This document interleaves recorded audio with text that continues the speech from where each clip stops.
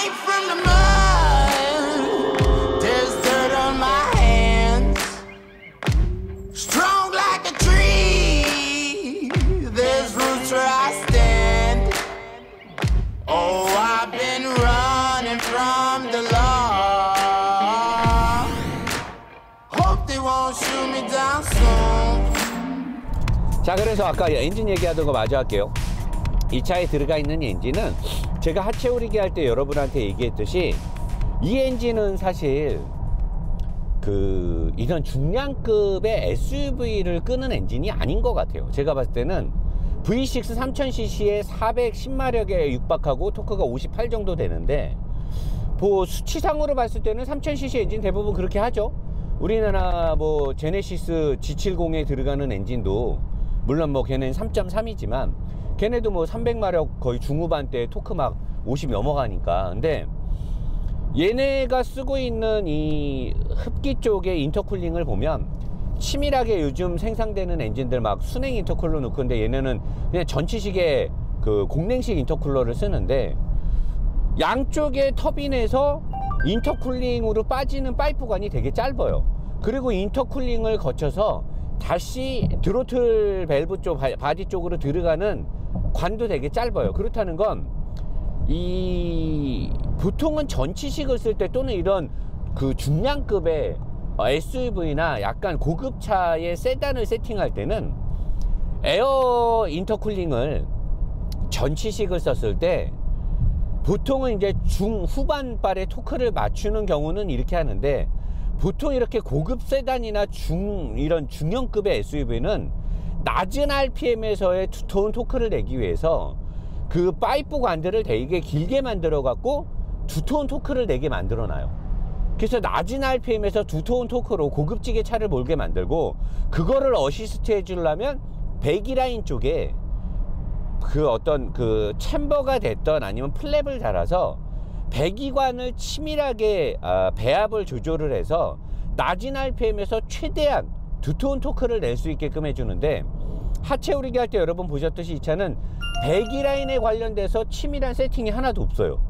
그리고 흡기 쪽도 보면 뭐 웨이스트 게이트를 통해서 낮은 RPM에서의 뭐 그 터보레그가 생기지 않게 아마 터보의 의존도를 좀 빼주거나 이러는 것 같은데, 터빈의 그 용량 최적 크기는 제가 눈으로 확인이 안 됐어요. 너무 깊숙한 데 있어서. 근데 인터쿨러의 어떤 용량이나 이런 걸 봤을 때 터빈의 의존도가 절대 낮지 않아요. 터빈의 의존도가 꽤 큰데 지오메트리 형상을 줘가지고 뭐 어떻게 터빈을 아주 뭐 민감하게 조절하고 이런 게 아니라, 제가 봤을 때는 낮은 RPM에서는 터빈의 의존도를 거의 안 쓰려고 노력을 하는 것 같고, 어느 정도 부스팅이 걸리기 시작하면 그냥 독강 터보처럼 터빈으로 그냥 밀고 나가게. 이거는 제네시스 G70도 아마 이런 식이었던 걸로 제가 기억나거든요.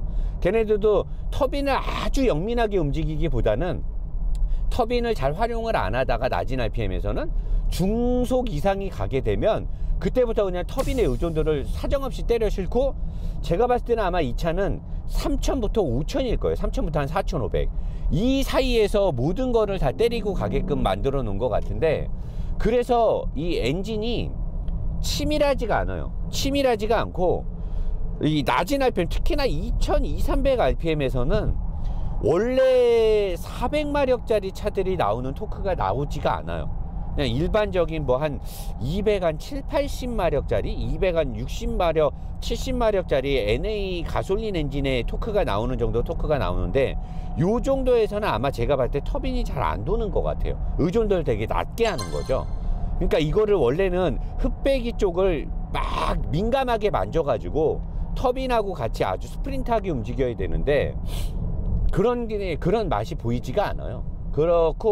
그렇다라는 건 제가 얼핏 어떤 자료에서 봤는데, 이 차는 흡기 쪽에만 뭐 이 밸브 리프팅이 됐던 아니면 밸브 지연 지각 기능을 흡기 쪽만 뭐 해준다는 제가 자료도 어디서 살짝 봤어요. 근데 이건 뭐 제가 운전하면서는 느낄 수는 없는데, 배기 쪽을 치밀하게 관리해 주는 게 없는 거 보면 이 엔진이 아주 최첨단에 잘 다듬어져서 완전히 막 스프린트한 엔진도 아니고 이런 차에 맞게끔 토크 중심형으로 굉장히 이렇게 높은 토크와 출력을 내게끔 만들어 놓은 것 같지도 않다라는 거죠. 그냥 뭐 범용돼서 쓰는 엔진인데 이 차에다 넣고 이 차를 위해서 세밀하게 엔진을 디튠하거나 튠업을 해서 엔진을 세밀하게 만져준 게 아니고 마력이 높고 토크는 별로 높지 않게끔 낮은 RPM에서 나오는 엔진이다 보니까 대신에 거기에 맞게 기어 단수를 더 기어비를 낮게 쫙 해버린 거죠. 그래서 악셀을 밟아보면 4000에서 5000 RPM에서 토크가 나올 때도 미션하고 제대로 프로그램 로직이 안 맞으면 차가 되게 굼뜨게 나가요. 굼뜨게 나가고 악셀을 밟아도 엔진이 활성화가 잘 안 돼요. 그러면 뭐 어떤 오너분 말대로 떨림에다 놓고 타보자고 해봐요. 그럼 떨림에 놓으면 바로 그냥 기어 단수를 낮게 쓰니까 바로 기어 단수가 함께 내려가거든요. 근데 그거 말고는 사실 뭐 떨림에서 떨림은 좀만 이따 올 때 한번 해볼게요. 지금 리뷰를 너무 왔다 갔다 하면 안 되니까 일단은 일반 모드에다 놓고 하고요. 자, 그러면 마력이 어느 정도 높게 세팅이 돼 있고 토크가 낮은 RPM, 토크가 없다는 게 아니라 낮은 RPM에서 토크가 잘 안 살아난다는 거예요. 자, 이제 본격적으로 달리면 자, 지금 차선을 바꿀 때 제가 부드럽게 들어왔어요. 과격하게 안 하고. 어제 제가 라이브를 할 때 또는 저 혼자 탈 때 이 차를 가지고 좀 과격하게 몰아봤는데 뒷바퀴의 서스펜션이 차를 잘 지탱을 못합니다. 지탱을 잘 못하고, 그건 제가 하체우리기에서도 얘기했지만 이 차의 뒷바퀴에 들어간 인테그럴 링크는 차가 앞으로 쏠렸을 때 뒷바퀴가 들릴 때는 차가 전체적으로 뒷바퀴가 들렸을 때 뭐 캠버나 마이너스 캠버라든가 그 플러스 캠버로 움직이는 양은 있는데 뒷바퀴가 들렸을 때 또는 한쪽 바퀴가 눌렸을 때 인테그럴 서스펜션의 특징처럼 멀티링크랑 다르게 토어 컨트롤 링크가 없기 때문에 뒷바퀴를 앞쪽을 미세하게 벌리거나 오므려주는 토 아웃 토 인 전향을 잘 못해요. 이 인테그럴 링크는. 그러다 보니까 급브레이크를 밟을 때도 제가 여기서 속도가 좀 높을 때 급브레이크를 딱 밟으면 지금 뒷바퀴가 제대로 똥찜을 못 때리는 이유가 딱 들렸을 때 뒷바퀴가 딱 오므라지면서 팍 앞을 찔러야 되는데 그게 잘 안 되죠. 그러니까 급브레이크를 밟았을 때도 앞바퀴 쪽에서 많은 부분을 떠안고 가야 되니까 뒤쪽에서 브레이크로 전체적으로 차를 끌어 당겨주는 그런 역할 수행을 잘 못해요, 이 차가. 그래서 지금 브레이크를 밟을 때 굉장히 밀리면서 뒷바퀴가 나를 잘 못 끄잡아 당기고 있는 그런 느낌이 들고요. 이 인테그랄 링크는 속도가 붙은 상태에서 차선 변경을 이렇게 하면 뒤쪽으로 싸가면 뒤가 전체가 이렇게 흔들려요, 차가. 보통은 차선을 변경을 했을 때 뒷바퀴가 한번 받친 다음에 일어날 때 뒷바퀴가 밀고 나가줘야 되는데 뒷바퀴가 눌릴 때 뒷바퀴 앞쪽이 살짝 벌어지면서 앞을 밀어주려고 해서 뒷바퀴, 제가 늘 말하는 안정성과 주종성의 캐퍼시티는 뒷바퀴에서 나온다고, 뒷바퀴가 앞바퀴에 끌려오는 형태가 아니라 뒤가 앞을 밀어줘야 된다며, 치고 나가려고. 근데 이 인테그랄 링크는 그게 안 되죠. 그게 안 되기 때문에 차선 변경을 할 때 어제 제가 한번 야시를 세게 먹어갖고 지금 쫄아갖고 차를 세게 못 모는데 어제 제가 뒤가 이렇게 옆으로 슬라이드로 미끄러졌거든요. 원래는 이게 버텨줘야 되는데 꽉 눌렸을 때 캠버만 움직이니까 버티질 못하니까 바퀴가 뒤쪽이 이렇게 밀린단 말이에요. 되게 위험하죠. 거기다가 얘가 중량이 꽤 나가기 때문에 거기서 일단 못 버티게 되면 돌이킬 수 없는 니마 그 강을 건너지 마시오, 니마 노사장님아 그 차선을 넘어가지 마시오가 되는 거예요. 내가 차선을 넘어가면 안 되는데 얘가 그걸 못 버텨주게 되면 내가 차선을 넘어가게 된단 말이에요. 어제 내가 그런 황당하고 위험하고 찌릿찌릿한 경험을 하고 나니까 지금 제가 살짝 쫄아 있어 가지고 차를 좀 격하게 못 모는데, 그래도 한번 나름 조금 한번 몰아보도록 할게요. 이렇게 가면 심장이 쫄깃쫄깃한데 지금. 자, 차선 바꾸고 들어가면 딱 쳤을 때 지금은 괜찮았어. 지금 내가 부드럽게 쳐서 그런지 몰라도 지금은 좀 괜찮았고요. 자, 가다가 여기서 이제 브레이크 한번 브레이크 안 들어요. 안 듣고 차선 변경해서 차는 지금처럼 뒤가 이렇게 쓱 밀리는 느낌. 그러니까 이게 뒷바퀴가 버텨주지 뭐. 어제 내가 이것 때문에 심장이 쫄깃해가지고 차를 안 몰라는데 이게 싫다는 거예요. 이 정도 속도인가. 물론 속도가 좀 높죠. 140에서 지금 칼치기를 하고 다녔는데, 보통은 1억에 육박하는 이런 차들이 이럴 때 뒷바퀴가 앞을 탁 치고 나가주면 이런 현상이 안 생기는데, 이런 이제 문제가 있는 거고, 에어매틱의 이 스프링은요, 부드럽게 운전을 할 때는 한없이 좋은데, 이 차에 들어가 있는 에어매틱의 세팅은 부드러운 어떤 이 장거리 항속, 특히나 미국 도로에 어울리는 그런 거에 세팅이 돼 있는 것 같아요. 그래서 과격하게 볼 때는 이 에어 스프링이 좋은 점도 있네. 내가 이렇게 세게 몰 때 피곤함을 주진 않아요. 에어 스프링이 계속해서 지들이 에어 스프링의 역할 수행을 하려고 노력하고 있어서 뭐 부담을 주거나 거친 승차감을 주진 않는데, 간혹 살짝쿵이 덜렁덜렁, 에어스프링의 특징상 얘네가 이 모든 도로의 주행 환경이나 이 서스펜션의 움직임을 분석을 제대로 안 해줬을 때 가끔 에어스프링 안에 그 에어압이 도로의 어떤 이 노면하고의 환경값이 안 맞아서 약간 그 덜렁거릴 때가 있는데, 얘도 가끔 그래요. 독일 차들은 요새 이런 게 많이 잡혔는데 얘는 아직까지는 살짝 덜렁덜렁 합니다. 좋은 점을 좀 찾고 싶은데, 우리 민 사장님, 제가 지금 좋은 점을 찾으려고 노력하고 있습니다. 기다려 보세요.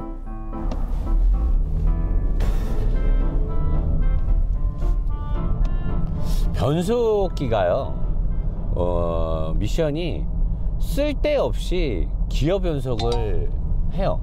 그러니까 이게 너무 프로그램 로직하고 기어 단수를 짧게 놔가지고, 어차피 이 정도의 출력이 나오는 차면 기어 변속을 이렇게 쓸데없이 할 필요가 없거든요. 포드를 좋아하시는 분들이 이렇게 기어가 여러 단을 뛰어다니기 때문에 인공지능 미션이다. 얘 지능 없습니다. AI 아니에요. 인공지능 아니고 프로그램 로직에 의해서 악셀 포지셔닝 센서와 속도, 휠 스피드 센서와 그런 것들을 주도적으로 해서 이 미션이 바뀌게 되는 건데, 부드럽게 달렸을 때 그때 기어 단수가 올라가는 거죠. 그리고 전체적인 중량에 맞춰서 크게 문제가 없다 싶을 때, 특히나 얘네가 기어 단수가 몇 단을 뛰어넘고 이렇게 내리는 건 트레일러 견인을 했을 때 더더욱이 다단으로 가야 되죠. 중량이 무겁기 때문에 트레일러를 견인했을 때는 한 단 한 단 올라갈 때마다 미션이라든가 승차감 부분에서 운전 주행 질감에서 굉장히 민감하게 미션 단수가 변화를 준단 말이에요. 그럴 때는 다단으로 짧게 올라가는 게 좋겠죠. 트레일러를 견인하고 무거울 때는. 근데 트레일러를 견인 안 할 때는 어떻게 해야 돼? 다단이 필요 없으니까 2단 3단씩 스킵 변속을 해도 되겠죠. 왜? 무겁지 않으니까 두 단씩 꽁충꽁충 뛰어서 가도 상관없는 거죠. 근데 그걸 가지고 이 차의 미션이 되게 똑똑하다, 그렇게 말할 필요는 없는 거죠. 지금 제가 악셀을 세게 안 밟고 그냥 부드럽게 달릴 때는 미션이 굉장히 부드럽게 단수 변화를 해주고 있어요. 그래서 사람들이 이 차에 들어간 미션이 되게 부드럽다, 변속 느낌을 알 수 없게끔 이렇게 해주기 때문에 이건 되게 좋은 미션이다. 근데 반대로 생각하면, 컨버터 아시죠? 토크 컨버터에서 락업 클러치의 작동 범위를 늦게 빼주고 유체의 힘으로 동력을 전달하면서 변속을 해주기 때문에 변속 느낌이 굉장히 부드러운 거예요. 변속도 기어 단수도 촘촘하니까 바뀌는 거를 눈치채기도 힘든 데다가, 그거를 바뀌는 중간중간에 락업 클러치가 동력을 정확하게 맞물려 주는 게 아니라 토크 컨버터에서 오일을 가지고 하고 있으니까 부드럽다는 거죠. 되게 부드러워요. 근데 여기서 악셀 세게 밟으면 어떻게? 바로 쿵 하고 치죠. 이때는 락업이 필요하죠. 왜? 악셀을 세게 밟았는데 오일막 밀어서 가기에는 동력 손실이 많으니까 락업이 체결돼요. 클러치가 빠르게. 그럴 때 툭툭 미션을 치죠. 그리고 그렇게 부드럽게 툭툭툭 다니면 연비가 좋을 수가 없단 말이에요. 이 차가 그래서 전반적으로 10단 미션을 씀에도 불구하고 아주 살살 달릴 때를 제외하고는 조금만 시내에서도 악셀을 아주 저처럼 과격하게 모는 거 말고 적당히만 몰아도 연비는 그렇게 좋게 나오진 않아요. 무조건 미국 도로 같은 데서 항속을 때렸을 때 그럴 때 연비 잘 나오죠. 왜? 10단이 완전 오버드라이브잖아요. 보통 우리가 8단 미션만 해도 7, 8단이 다 오버드라이브란 말이에요. 10단이면 7, 8, 9, 10단이 다 오버드라이브란 말이에요. 보통은 6단 안에서 모든 변속은 끝나요. 6단 안에서 실질적으로 주행을 하면서 필요한 가감속에 관련된 주행변 기어 단수는 6단 안에서 다 끝나고 7단부터는 오버드라이브를 넣어가지고 항속을 할 때 연비나 엔진의 효율성, 엔진의 내구성 증대를 위해서 최대한 엔진의 부하가 가지 않고 연료 소비를 최소화하면서 달릴 수 있게끔 해주는 게 7, 8, 9, 10단이란 말이에요. 당연히 10단 미션을 쓰니까 미국에서 하이웨이 같은 데서 항속을 하면 연비는 좋겠죠. 그리고 지가 조금이라도 부하가 걸릴 것 같아서 엔진이 부르르 떨 것 같으면 9단 내리면 되고 8단 내리면 되니까 당연히 그때는 연비가 좋을 수밖에 없겠죠.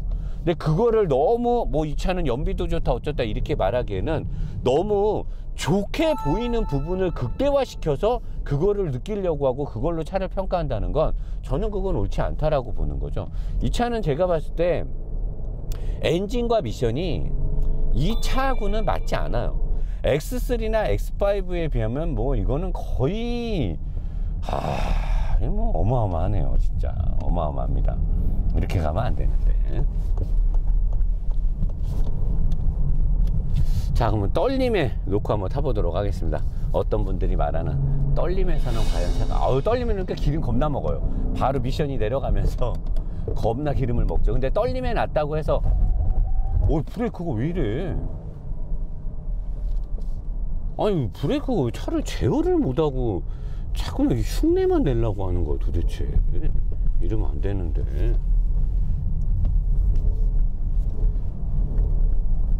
떨림해 놓으니까 미션 단수가 내려가고 엔진의 활성화가 돼서 기름을 확 쏟아붓고 있는 게 느껴지네요. 차가 좀 이렇게 튀어나가려고 노력하는 그런 부분이 좀 있어요.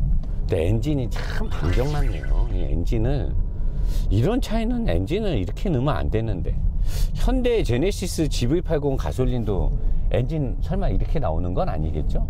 이런 차는 엔진이 좀 중후하면서 확 토크발로 밀어주는 이렇게 되는데 엔진이 자꾸만 앵앵거리고 떨림해 놨더니 미션이 락업을 좀 빨리 하려고 하는지 몰라도 클러치가 택택거리는 게 느껴지네요. 변속이 됐다 풀렸다 됐다 풀렸다 하는 게 이런 게 지금 느껴지고 있고요.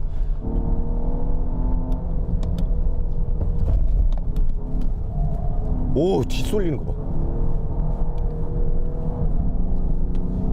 아니 뭐 떨림에 놓으면은 뭐 엄청나게 차가 뭐 저기 한다고 그러더만 뭐 별 차이도 없구만.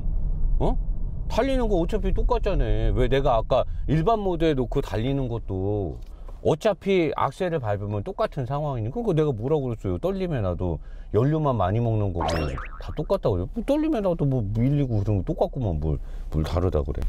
근데 제가 그 리뷰할 때 한 번도 얘기 안 했는데 이 차에 들어가 있는 에어스프링하고 댐퍼가요 막 이런 데 갈 때 있잖아요. 이 차가 지금 되게 편평비가 낮은 22인치의 큰 휠이 들어가 있거든요. 근데 막 이런 데 다닐 때 굉장하게 승차감이 되게 좋아요. 여기에 들어가 있는 에어스프링이 굉장히 능력치가 좋은 스프링인 것 같아요. 그럴 때는. 그리고 항속을 달릴 때 부드럽게 이게 차 전체 안에 진동이 들어오지 않게, 특히나 이 차가 드라이브 샤프트, 프로펠러 샤프트 끝에 있는 디퍼렌셜 케이스도 알루미늄 합금으로 되어 있어요. 사실 거기에서 생기는 주행 진동 주파수도 꽤 크거든요. 그러다 보니까 쫙 항속을 할 때 굉장히 고급진 느낌을 줘요. 이 부분은 분명히 장점인데 내가 이 부분을 시청자들한테 얘기를 못했고, 지금 또 이 차의 최대 장점 중에 뭐가 있냐면 앞바퀴 서스펜션에, 요거는 이제 분명히 여러분들이 알아야 될 장점인데, 이 차를 여러분들이 처음에 딱 타잖아요. 그러면 어떤 차를 탔을 때에 비해서 굉장히 다른 승차감을 줘요. 이 느낌이 뭐지? 무슨 진동이 올라오는 것 같은데 진동이 올라오지 않고, 분명히 지금 아래쪽에서 뭐가 떨리는 게 있어. 근데 그게 올라오지를 않아요. 어딘가에서 필터링이 되고 있어. 근데 완벽한 필터링이 아니고 분명히 되게 고급진데, 굉장히 고급진 느낌인데, 독일차라든가 우리가 그동안 탔던 차량은 다른 느낌의 고급짐이 들어요. 특히나 코너를 돌아갈 때도 마찬가지고, 가속을 할 때 이 앞바퀴 쪽에 어떤 이렇게 막 그 부하가 걸리는 느낌에 있어서 뭔가 희한하게 해소시켜주는 느낌이 드는데, 이 차에 들어가 있는 앞바퀴의 서스펜션이요 굉장히 독특해요. 보통 이런 중량급의 차들이 X5도 그렇고 뭐 랜드로버 이런 애들 보면 텐션 스트롯, 얘는 독일 차들처럼 텐션 스트롯이 앞으로 나갑니다. 그 아우디나 이런 차들처럼 뒤로 이렇게 그 스러스트 암으로 안 빠지고 정확하게 텐션 스트롯이 앞으로 빠져요. 그리고 고속 항속을 할 때 170, 160을 달려보면 직진에 대한 항속 능력이 되게 좋아요. 굉장히 좋게끔 스티어링 암과 텐션 스트롯의 피봇을 캐스터를 되게 많이 줘서 박아놔요. 직진 안전성을 되게 좋게 만들어 놓은 거죠. 근데 이 차는 되게 특이한 게 너클암, 허브가 바퀴를 잡아주는 그 너클암 있잖아요. 현재나 사진. 이 바퀴를 잡아주는 너클암이 스틸이에요. 보통 이런 고급차들은 앞바퀴의 너클암을 대부분 알루미늄 합금을 써요. 거기서 생기는 잔진동이 되게 많거든요. 근데 얘는 거기를 스틸을 써. 그럼 거기서 잔진동이 생기겠죠. 생긴 잔진동이 자체를 타고 들어올 때 일단은 댐퍼하고 댐퍼의 포크가 또 스틸이야. 댐퍼는 대부분 다 스틸이죠. 근데 포크를 알루미늄을 쓰는 데는 포크도 스틸이야. 그 스틸이 또 스티어링 암에 꽂혀져 있어. 스티어링 암이 너클암에 묶여 있고, 그러면 바퀴에서 생기는 잔진동이 올라와요. 올라올 때 1차적으로 얘네가 에어스프링에서 그거를 자르죠.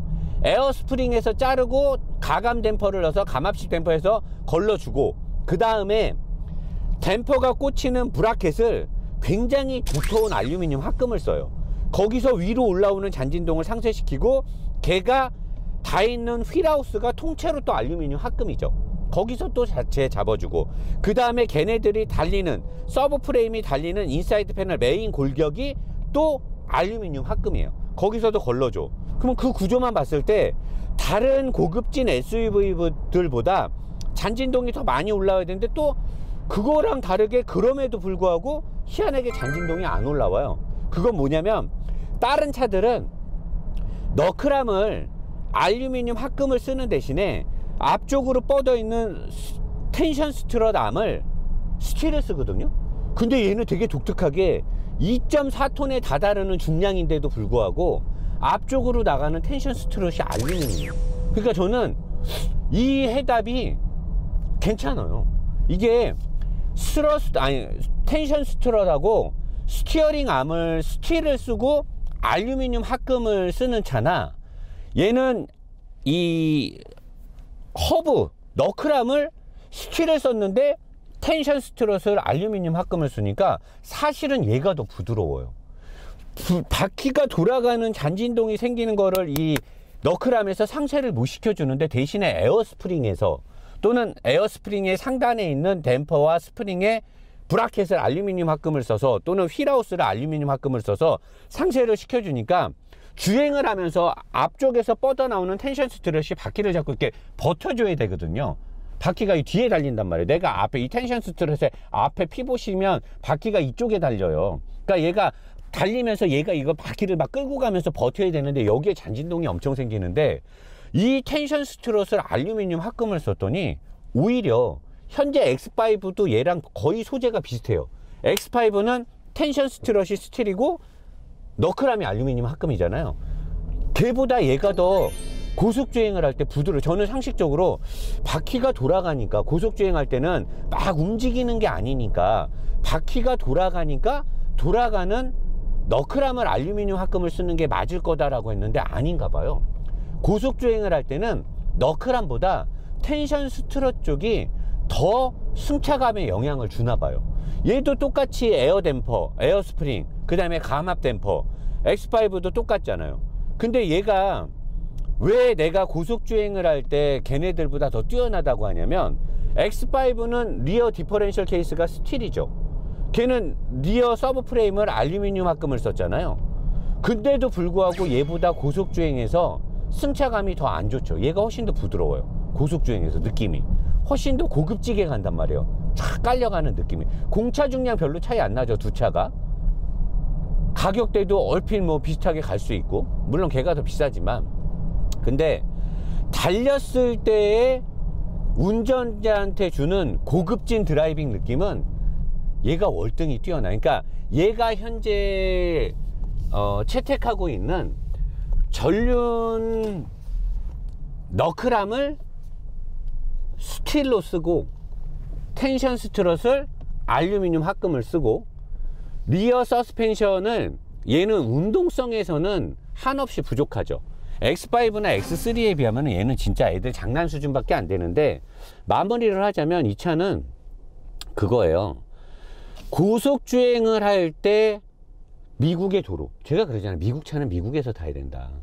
미국의 도로에서 고속 주행을 할 때 또는 장거리 항속을 할 때 굉장히 부드럽고 고급진 승차감을 주는 건 이 차가 지금 갖고 있는 하드웨어적인 너클함이라든가 뭐 이런 것들부터 해서 이런 게 지금 잘 돼 있는 거고, 그리고 에어스프링도 거기에 맞게, 대신에 그거에 의해서 좋기는 하지만 운동 성능은 너무나 떨어진다는 거죠. 그래서 사람들이 아니 노사장 그 링컨 에비에이터를 타면서 운동신경을 왜 얘기해? 필요해요. 달리는 사람이 있으니까. 근데 나는 죽어도 이 차를 타고 코너에서 절대로 나는 잡아 돌리지 않을 거다. 나는 절대로 고속에서 차선 변경을 안 할 거다. 그러면 사도 돼요. 단 전자계통의 불편함, 그 다음에 엔진이 토크 중심형이 아닌 거를 감안하고 사야 되는 거죠. 자, 그럼 저 잠깐만 쉬었다가 고속도로에서 항속할 때 어떤 느낌이 나는지를 원캠으로 다시 한번 잡아 드리도록 하겠습니다. 자, 여러분 영상 재밌게 보셨죠? 아주 초반부에 이 차의 장점이 많이 설명이 됐고, 중반부에서는 늘 제가 리뷰를 달리는 코스에서 남들과 똑같이 비교를 했습니다. 리뷰는 항상 공정하고 공평하고, 노사장이 보는 주관적 관점은 흔들림이 없어야 되기 때문에 이 차의 제작 목적과 판매 목적성이 노사장이 리뷰를 하는 컨셉하고 다르다 하더라도 저는 늘 제가 주행하는 똑같은 환경에서 비교할 수밖에 없는 거죠. 영상 초반부에도 물론 초반부와 중반부의 내용은 날짜가 다릅니다. 날짜가 다르고, 제가 영상을 찍고 나서 다시 어떤 감정에 좀 이렇게 몰입했다고 해야 될까? 뭔가 다시 생각을 해본 거죠. 다시 생각을 해보고 정말로 이 차의 제작 컨셉에 맞게끔 제가 여러분들한테 안내를 해줘야겠다라는 생각에 영상을 좀 다시 목적성에 맞게 앞에 좀 담은 거고요. 지금은 이제 뭐 여러분들이 영상을 다 봐서 알겠지만 무조건 안 좋다, 아니다, 좋다 이렇게 따지기 전에 노사장이 차를 저렇게 보는구나, 그리고 내가 차를 사서 어떠한 용도로 쓰느냐에 따라서 이 차가 좋을 수도 또는 안 좋을 수도 있는 거죠. 그런 부분을 여러분들이 영상을 보면서 잘 생각을 해서 타면 될 것 같고요. 자, 이 차가 이제 고속 주행했을 때는 현재 140km가 좀 넘습니다. 고속도로를 달리고 있고요. 특히 지금도 제가 뭐 연비 테스트를 위해서 장거리를 가고 있는데요. 운전한 지 지금 1시간이 좀 넘었고요. 1시간이 좀 넘었네요. 1시간이 좀 넘었고 한 90km 정도를 달렸는데 굉장히 편안합니다. 굉장히 편안하고 현재 140km, 뭐 150km 정도에 육박을 해도 고속에서의 불안함은 거의 없어요. 중량으로 깔고 내려가는 맛도 되게 좋은데, 그 스티어링 쪽에 관련된 그 부품들도 그렇고, 서스펜션, 전방 서스펜션의 너클함을 잡아주는 스티어링 링크랑 텐션 스트럿의 링크의 피봇이 굉장히 예리하게 되어 있기 때문에 직진을 했을 때 이런 느낌은 굉장히 좋습니다. 그러니까 미국 차의 특징이죠. 직발에서의 되게 부드러운 느낌을 주는 건 굉장히 잘 설계가 되어 있기 때문에 이런 부분이 되게 좋아요. 그래서 직진을 많이 하는, 장거리를 많이 달리거나 가족들하고 같이 고속도로에서 좀 이렇게 달리는 게 많은 사람들한테는 이 차는 아마 만족도가 되게 높을 거예요. 그래서 링컨의 어떤 동호회 분들이나 포드에서 좀 배기량이 높은 차를 타시는 분들이 미국에서 탔을 때 또는 우리나라에서 장거리 항속이나 부드럽게 이렇게 흉악하게 운전을 안 하시는 분들은 꽤 괜찮은 아마 선택이 될 수 있고, 연비 지금 찍어봐. 지금은 일반적으로 달리고 있는데 11리터를 가지고 100km를 갔으니까 평균 연비가 고속도로에서 9km 이상이 지금 나오고 있다라는 거지. 11리터를 가지고 100km를 갔다라는 뜻이기 때문에 평균적으로 한 9.5 정도 연비가 지금 나오고 있는 건데, 아주 항속 연비 막 발끝만 옮고 가지도 않았고 적당히 밟으면서 일반적인 상황으로 운전을 했고요. 그래서 저는 이 차가 고속에서 150km까지도요 굉장히 안정적으로 차가 나가요. 아까도 제가 좀, 근데 이게 칼치기를 험하게 했을 때 흉악하게 운전을 하게 되면은 여지없이 뒷바퀴 쪽의 서스펜션이 차의 어떤 안전 거동에 있어서 좀 불리한 게 있는데요, 일반적으로 달릴 때는 굉장히 좋습니다, 이 차는. 그렇기 때문에 일반적으로 주행을 할 때 여러분들이 그런 부분을 잘 체크를 해서 차를 타시면은 아마 만족도가 되게 높을 거예요. 그래서 영상 안에서의 어떤 그 흉악한 노사장의 그런 흉악한 운전에 대해서는 여러분들이 판단을 잘 하셔야 돼요.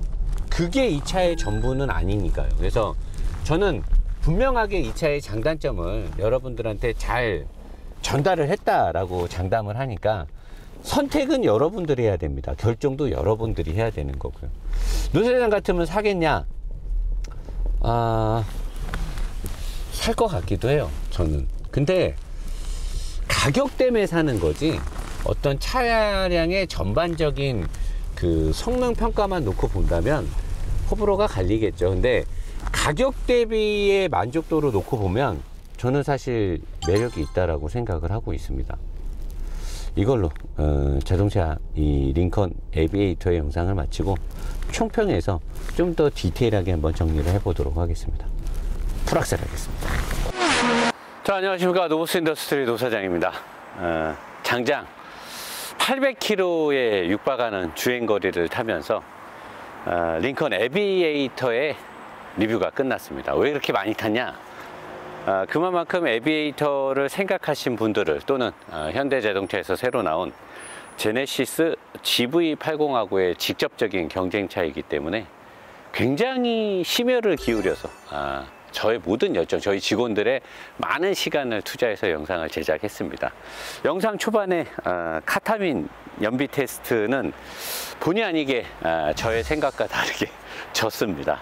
그래서 카타민 대표님한테 50만 원은 못 받았지만 내기는 내기니까 영상을 담았죠, 이 차에. 연비 차이가 뭐 크진 않지만, 뭐 아주 좋진 않지만, 그래도 연비 차이가 있다라는 거를 제가 직접 확인하니까 저도 일단 뭐 좀 새로운 사실을 알게 됐고요. 뭐 PPL이다 뭐다 이런 거는 전혀 없습니다. 정말 공정하게 비교를 했으니까 그 부분을 여러분들이 참고하시면 좋을 것 같고, 에비에이터는 영상을 여러분들이 다 보시면 알겠지만 직진에서는 이루 말할 수 없는 뛰어난 영향을 줍니다. 제가 영상 후반부 중반부 이후부터 뭐 엔진 미션도 까고, 뭐 사실 포드 10단 미션 그렇게 대단한 미션 아니에요. 뭐 그것도 까고 엔진의 설계가 이 차랑 안 맞니 어쩌느니 다 깠는데, 근데 그런 모든 것들이 광활한 미국 대륙에서 쫙 항속을 걸고 갔을 때, 특히나 80마일, 70마일, 60마일의 항속을 걸었을 때 그 부드러움과 고급짐은 단언컨대 그 어떤 브랜드도 흉내를 못 낼 것 같아요. 얘네는 딱 그것만 가지고 차를 세팅한 것 같아요. 그래서 너무나 좋은데 거기서 살짝만 움직이면 많이 흐트러지죠. 영상 중반부부터 보여줬던 뒷서스펜션, 인테그럴 서스펜션의 어떤 특징이라든가, 그 다음에 뭐 거동에 있어서의 불편함. 근데 사실 이런 차급을 타면서, 또는 일반적인 세단을 타는 사람들도 노사장처럼 운전을 막 하는 사람들이 많진 않죠. 근데 이제 위급한 상황에 자기 차가 그런 능동적인 대처가 안 될 것을 대비해서 본인이 그렇게 운전을 안 하더라도 노사장이 그렇게 보여주고 인정하는 차를 선택하는 분들이 많은데, 자기는 죽어도 그런 환경에서 차를 탈 일이 없다, 그런 분들은 사실 선택할 만하죠. 가족과 함께. 단 뒷자리의 시트는 아주 잘 생각해서 선택을 하셔야 됩니다. 저 3인이 앉는 저 2열 시트는 진짜 죽음입니다. 거의. 현진아, 허리 부러지지 않냐? 정말 뒤에 그 3인 시트는 아닌 것 같고요. 독립식 시트를 선택해야 될 것 같고, GV80하고의 비교에서는 제가 봤을 때 항속에서는 절대로 GV80이 이 차를 이길 수가 없어요. 근데 브레이크 능력이라든가 일반적인 시내, 특히나 우리나라는 다양한 환경이 되게 많아요. 우리나라가 땅덩어리는 좁지만 쏘는 구간도 많고요. 고속도로도 잘 돼 있고, 그 다음에 간선국도라든가 올림픽대로 등등 해서 우리나라는 자동차가 다양한 환경에서 적응을 해야 되는데, 직발에서 쫙 안정적으로 가는 거가 얼마만큼 중요하느냐에 따라서 이 차를 선택하는 기준점이 될 것이고요. 여러 가지를 비교해 봤을 때 과연 이 차가 우리나라에서 제네시스 GV80의 잠정적인 소비자들을 많이 끌어당겨 올 수 있느냐? 그렇지 못할 것 같아요. 단 미국 차에 대한 어떤 좀 좋은 그런, 그러니까 미국 차를 좋게 생각하시는 분들도 많죠. 왜? 미국 차에 또 장점이 있으니까. 그리고 고속도로에서 자기는 항속으로 장거리를 많이 간다. 그런 분들한테는 아마 최고의 선택이 될 겁니다. 하지만 그 외에 스포츠성이나 이런 걸 따지시는 분들은 BMW 계열로 가야 되는 거고, 올라운드 플레이에서 부드럽고 장거리 항속에 좋은 거는 벤츠 GLS나 GLE를 선택하는 게 좋겠죠. 갑오브 갑은 당연히 카이엔이 될 것이고요. 지금 현재 제가 같이 타고 있는 레인지로버 스포츠 같은 경우는 얘보다 직발에서는 좋지 않아요. 가격이 1억 5천이나 하는데 똑같은 3000cc인데 340마력. 어젯밤에 제가 한참을 탔거든요. 직발에서는 얘보다 좋지 않더라고요. 근데 소재공학이라든가 여러 가지 컨디션, 뒷바퀴의 그립, 브레이크 성능 이런 데서는 또 차이가 많이 나죠. 물론 가격적인 차이도 있지만. 그래서 저는 우리 시청자분들이 노사장의 영상을 보면서 또는 다른 리뷰어의 영상들을 보면서 많이 알았으면 좋겠어요. 노사장이 그러는데 에비에이터 쓰레기다. 아니죠. 절대 아니에요. 장점과 단점, 모든 차는 단점만 있진 않아요. 그 차가 갖고 있는 70%의 단점이 있을지라도 내가 타는 환경이 그 차의 장점이 30%가 맞다면 그 차는 나한테 좋은 차예요. 노사장이 그런데 그거 안 좋고 하나만 좋대. 쓰레기 아니에요. 내가 타는 환경이 이 하나가 되게 중요하면 나한테는 그 차는 이루 말할 수 없이 잘 맞는 차예요. 그러니까 여러분들은 제가 제작하는 영상과 다른 유튜버들, 리뷰어들이 만드는 영상을 보고 시운전을 해보고 내가 이 차를 운용하면서 내가 어떤 환경에서 타느냐를 잘 분석해서 선택을 하셔야 된다는 거죠. 저는 이 차의 고급진 드라이빙 능력이 아주 좋고 마음에 들지만 저는 사실 고속에서 칼치기를 좋아합니다. 그래서 저는 사실 싫어요. 근데 장점도 많으니까 여러분들은 그런 걸 잘 비교해서 사는 게 좋고, 저는 조금 운동신경이 둔하더라도 GLS나 카이엔을 사는 게 저한테는 맞을 것 같더라고요. 자, 이번 영상 우리가 아주 정성스럽게 많이 시간을 많이 투자해서 만들었습니다. 그래서 이 영상이 여러분들의 어떤 이런 중대형급의 SUV를 선택함에 있어서 많은 도움이 됐으면 좋겠고요. 바로 또 오늘 저녁부터 릴레이가 되는 랜드로버의 레인지로버 스포츠를 아주 심도 깊게 후릴 테니까 여러분들은 또 다음 주에 나오는 그 영상을 보시고 차량 선택에 많은 도움이 됐으면 좋겠습니다. 이번 영상은 저보다는 우리 편집 촬영 직원들 민성이 현진이가 너무나 고생을 했거든요. 댓글에 우리 민성이 현진이 잘하고 있다라고 격려 많이 부탁드리고요. 로보스 인더스트리에서 열심히 해서 앞으로 리뷰 예정인 차들이 후덜덜하죠. 여러분들한테 관심 있는 차들이 많이 잡혀 있으니까 아주 디테일하고 섬세하게 여러분들한테 좋은 영상이 되도록 많이 노력하도록 하겠습니다. 감사합니다. 프락셀 하겠습니다.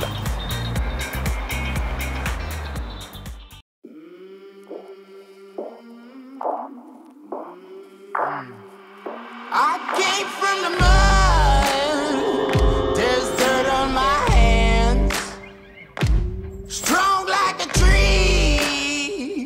There's roots where I stand. Oh, I've been running from the law. Hope they won't shoot me down soon.